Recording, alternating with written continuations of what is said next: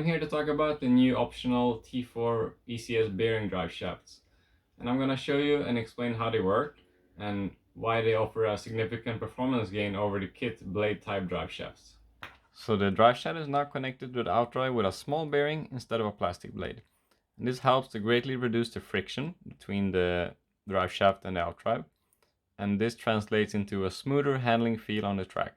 So for example, when you quickly change direction, the car will be less nervous, less edgy, and will maintain better cornering speed. So the front drivetrain will have less of a bind to it, and it will be much more efficient and easier to drive. We recommend using the shorter 52mm drive shaft for more technical tracks where you need more initial steering and more turn-in. However, for bigger tracks, we do recommend the 53mm shaft, which is slightly longer, for tracks which are more flowing and have more open corners. And this will give you a bit less initial steering, it will make the car a bit less nervous, but it will have better steering coming out of the turn and on power. So you have the choice between the 52 and the 53mm to fine-tune the handling of the car with these two new optional drive shafts.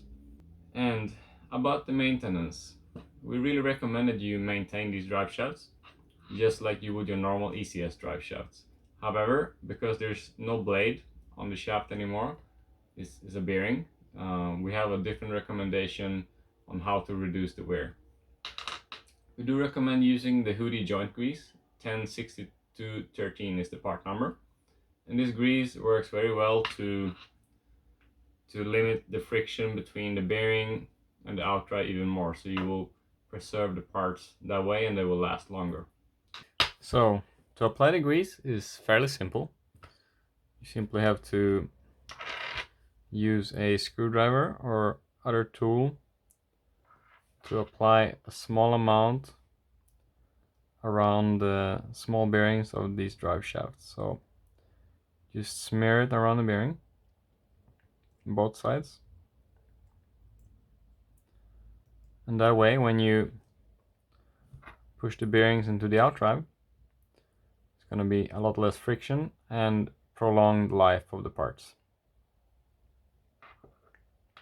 I would recommend redoing this on every race day, depending on how many runs you get, but I would redo it on every day that you go to the track. And that's it. Thank you for watching.